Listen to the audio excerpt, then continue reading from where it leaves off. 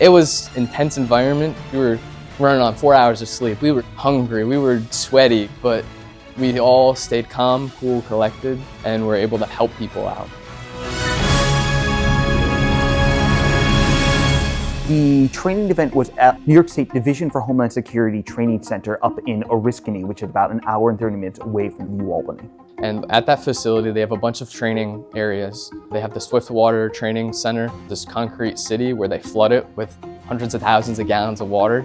And they also have a search and rescue from cityscape to wilderness search and rescue.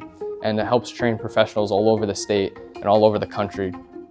We got there Thursday afternoon at 5 o'clock. We did a little class. Friday, Saturday, and Sunday, we did more exercises. We did more learning classes. We were inside doing EOC response for a disaster. And I was a cybersecurity specialist, so I can report back to the incident commander in charge about the cybersecurity attacks happening. As a student, I didn't really know what I was doing, so to be thrown into the rubble pile, to be thrown into the woods, trying to conduct recovery of people, really helped sort of build what you're going to be doing and what other people are going to be doing in these scenarios, because we have the luxury that we're able to do this in a training environment, but when we're meant to do this in the field, people's lives are depending on it. We participated in a lot of leadership building activities. I was the leader for the wilderness search and rescue portion.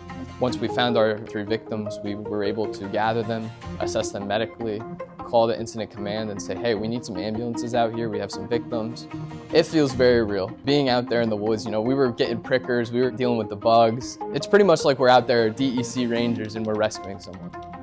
This exercise taught me how to be confident, how to talk to people when they're in panic, how to calm them down. There was one exercise where we walked into a building and everyone was screaming. The leaders, they said, don't focus on the people screaming because those are the ones that really don't need help. The ones that are quiet, the ones that you have to find, those are the ones that need help immediately. I'm a big fan of the college. Being hands-on, learning about what the field of emergency management and Homeland Security is about. I can use this when I'm in the academy and after the academy on field training and when I become an official police officer.